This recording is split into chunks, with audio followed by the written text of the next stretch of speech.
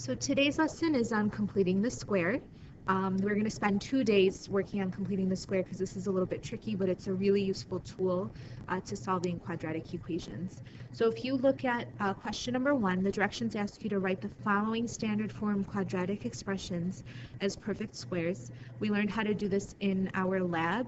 So remember, I'm going to take the square root of 36, which is 6, and then if I double it, I end up getting this 12 that I want, which means that my answer to this trinomial, once I factor it, becomes x plus 6, the quantity x plus 6 squared.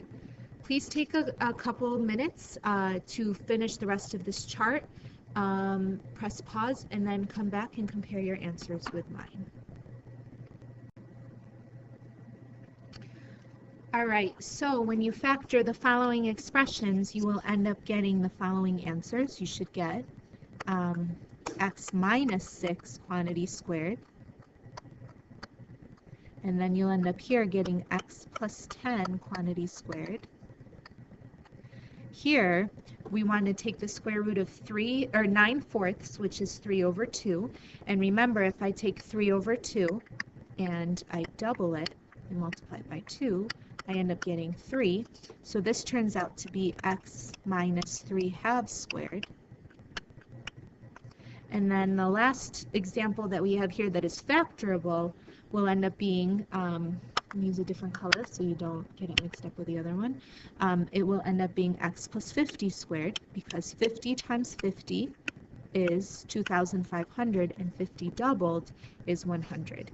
Now, you should have noticed that once you did this last term, x squared plus 8x plus 3, you had a difficult time factoring it as perfect squares. It's actually not factorable at all, because 3, when you square root it, you end up getting the square root of 3, which means that this middle term right here should have been double the square root of 3, so it should have been 2 radical 3, which means that this is not factorable using a perfect square.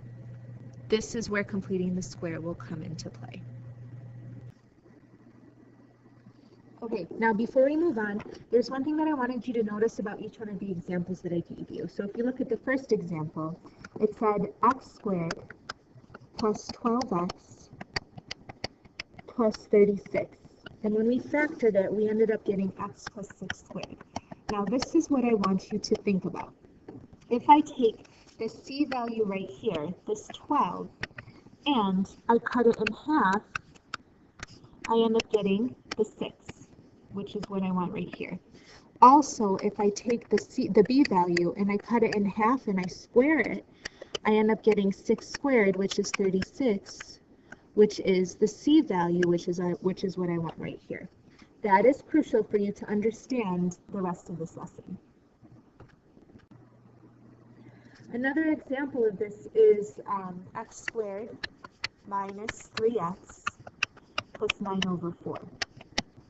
Again, if I take this b value that I have right here, and I end up cutting it in half, so I'm going to take negative 3, and I'm going to cut it in half, I end up getting negative 3/2.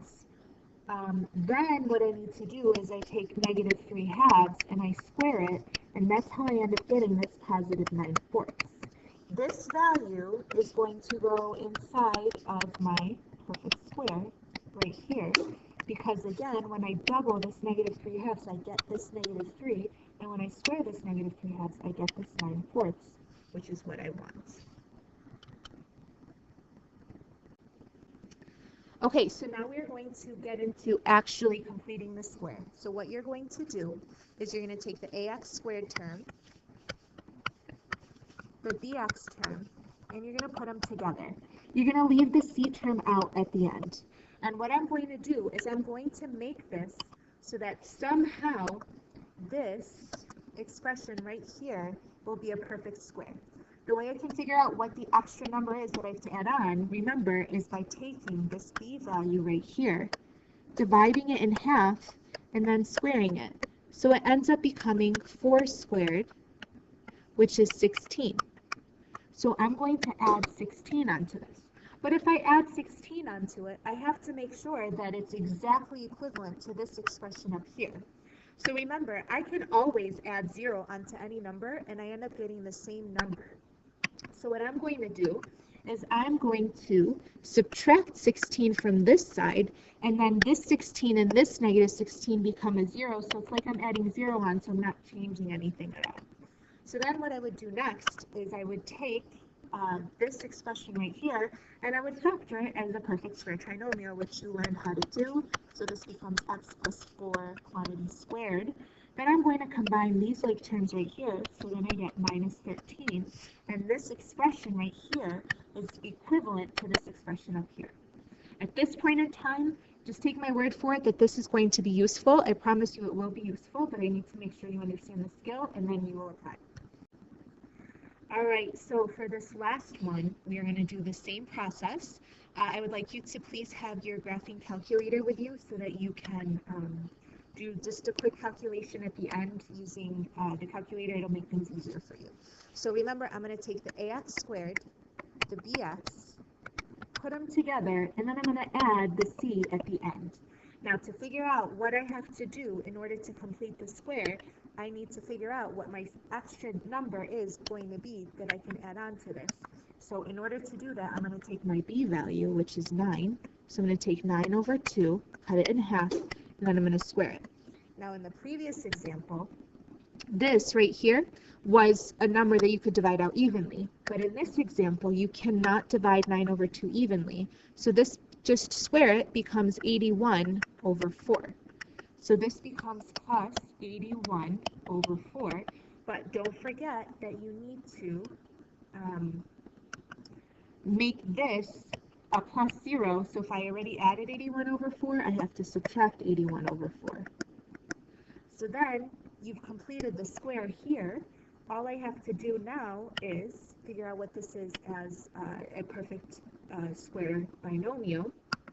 So this becomes x plus 9 over 2 quantity squared.